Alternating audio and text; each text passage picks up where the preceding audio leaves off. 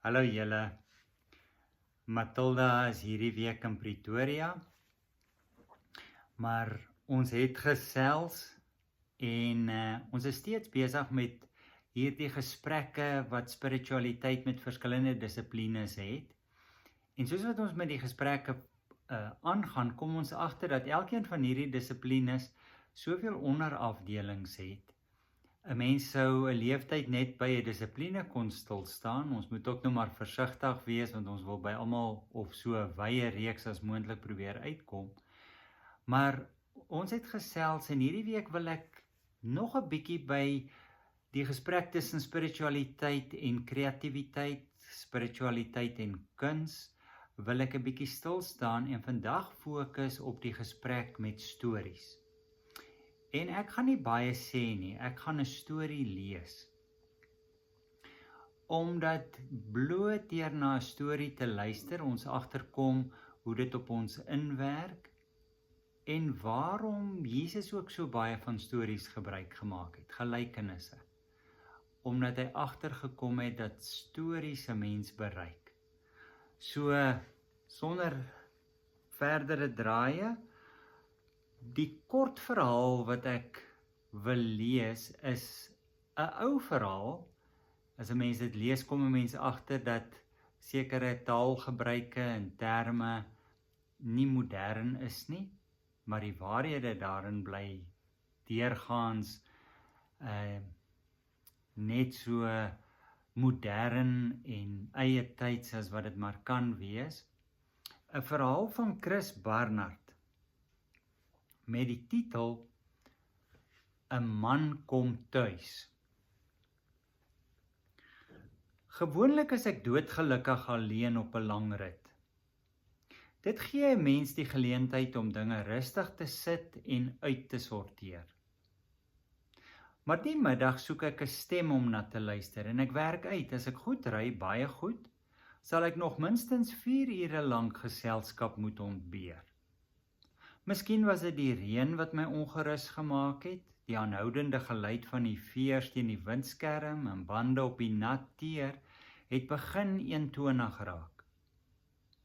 Toe staan die man langs die pad en hy wys met sy hand dat hy wil saamry.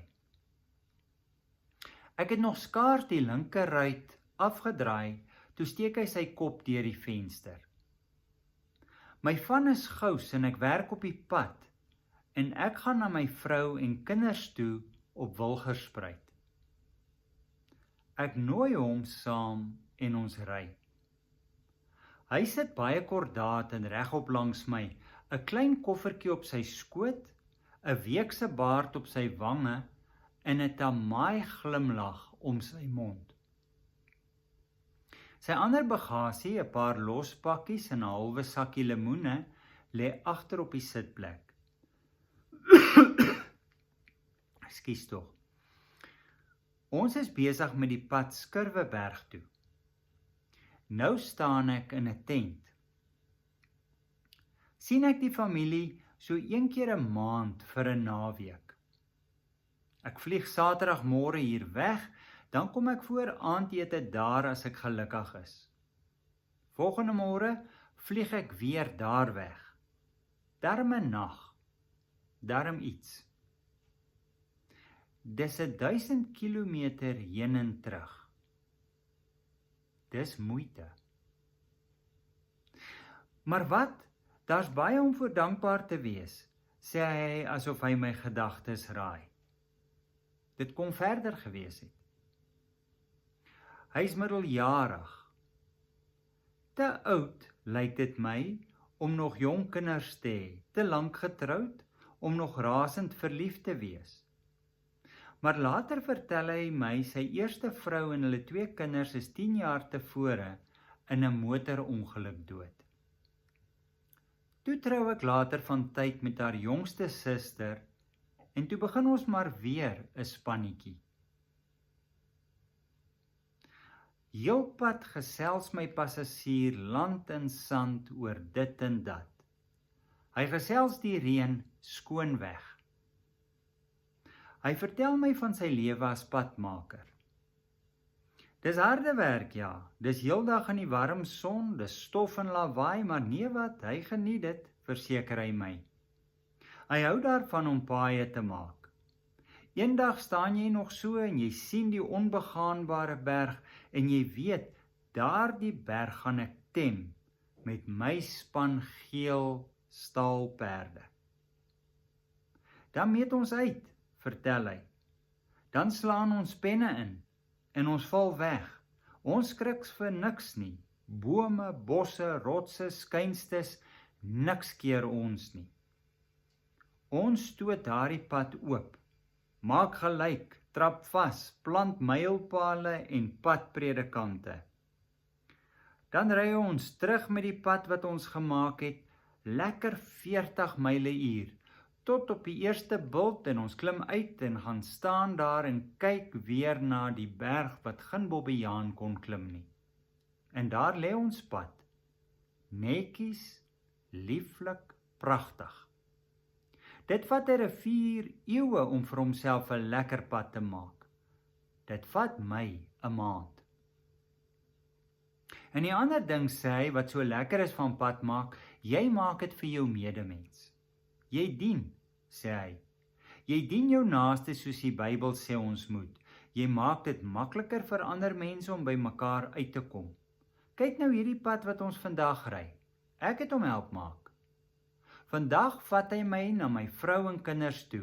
En dis mos wat die Bybel sê, werp jou brood op die water en na baie dae. Die nomadiese kamplewe bodder hom ook nie. Ag, dis partykeer ongerieflik, gee hy teensinnig toe, maar daar is baie voordele. Jy kry die wêreld gesien. O, jy ken die wêreld later soos die palm van jou hand. Noem maar 'n plek en ek was daar. Suidwes, Transvaal, die Vrystaat, Natal, die kolonie. Nee, ek ken die wêreld. En saans as jy daar by die vuur sit en jy kyk na die sterre oor jou kop, dan het jy vrede in jou hart. Dit word vir my duidelik terwyl hy gesels. Hierdie man sal jy nie maklik onderkry nie. Hy het vir homself 'n klompie antwoorde uitgewerk. Vir elke terugslag in sy lewe het hy tot dusver 'n teenmanever bedink. Vir elke ongerief 'n kompenserende argument. Vir elke ontbering 'n genadekie. Nou hoekom wonder ek in die ry, kry ons dit nie almal reg nie.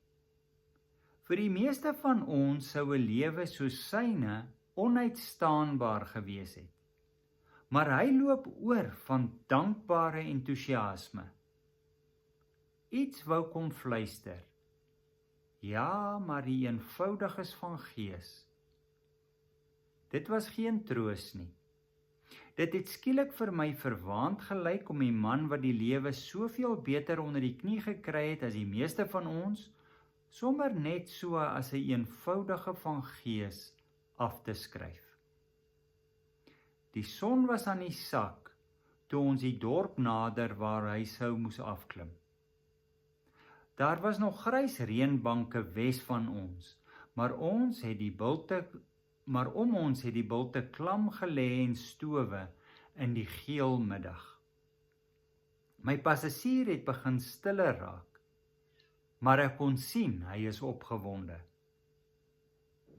Hy het kort op sy horlosie gekyk en 'n paar keer oorgeleun na my kant toe om die snelheidsmeter onder oog te kry. Die kar loop lekker vinnig, sê hy. Ek gaan vroeg daar wees. Ek wou weet hoeveel kinders hy het. Daar's 5 ouetjies, bely hy trots. Gawietjie is nou 9, hy's in standaard 1, hy's die oudste. En Sienie is die jongste, sy's 3. Daar was 'n tweeling tussenin, Andries en Hestertjie, hulle is 5. En dan nog Petrus. Hy het vanjaar begin skool gaan, hy doen goed. Hy's 'n slim kop. Hy het tot by die 4-maaltafel geleer, nog voor hy 'n skoolbank gesien het. Jy moet maar sê hoe ek moet ry, sê ek toe ons die dorp binne gaan. Dan laai ek jou by die huis af. Maar hy wou niks weet nie. Nee, hy sal huis toe stap. Maar jy gaan moeilik dra aan al die losgoed, sê ek. Nee, dankie, sê hy. Jy het my baie gehelp. Nee, ek stap. Die ou losgoedjies is niks. Ek het gewonder, skort hier iets? Hoekom wil hy my nie naby sy huis hê nie? Want hy het my aanbod nie sommer net hoflikheidshalwe van die hand gewys nie. Daar was iets in sy stem, 'n beslisheid, wat my vreemd voorgekom het. Hy het skynbare slag om gedagtes te raai, hierdie passasier van my. Want skielik verduidelik hy. Jy sien, my huis is so 6 blokke van die hoofstraat af, onderlangs die spruit.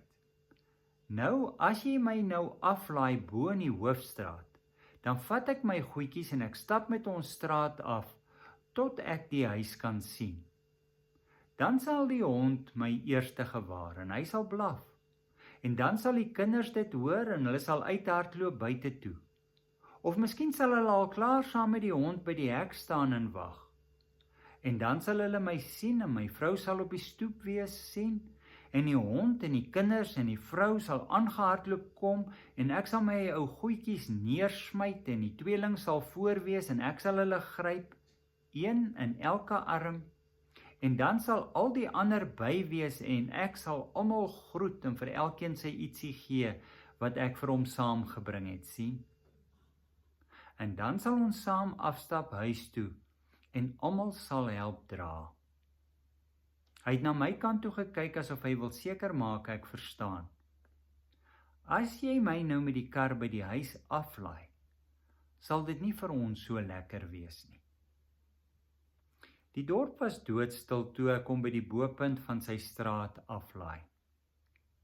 Hy het sy koffertjie buite neergesit en die halwe sakkie lemoene gevat en die brood en die skoendoos en die 3 ander lospakkies. Ek het gery, maar 'n blok verder op die ingewing van die oomblik in 'n dwarsstraat afgedraai en tot onderlangs die spruit gery. Toe draai ek links en ry tot by die volgende straathoek, hou stil en klim uit. Na 'n ruk kon ek hom sien aankom. Ek het 'n huis gesoek wat syne kon wees en die huis uitgeken aan die hond en die 5 kinders wat by die hek sit. Op die stoep het 'n vrou gesit en 'n wol oprol. Toe blaf die hond. Die kinders het almal opgespring en straat opgekyk en die man sien aankom. Die vrou het opgestaan, haar wol op 'n stoel neergeplak en hek toe gedraf. Die kinders was al 'n blok ver toe sy die straat bereik. Hulle het na mekaar toe gehardloop, die man teen die afdraande af en die vrou en die kinders hom tegemoet. Daar was 'n klein seentjie en dogtertjie voor en ek het gesien die man laat val sy bagasie en gooi sy arms oop. Die koffertjie het oopgespring en die lemoensakkie het gebreek.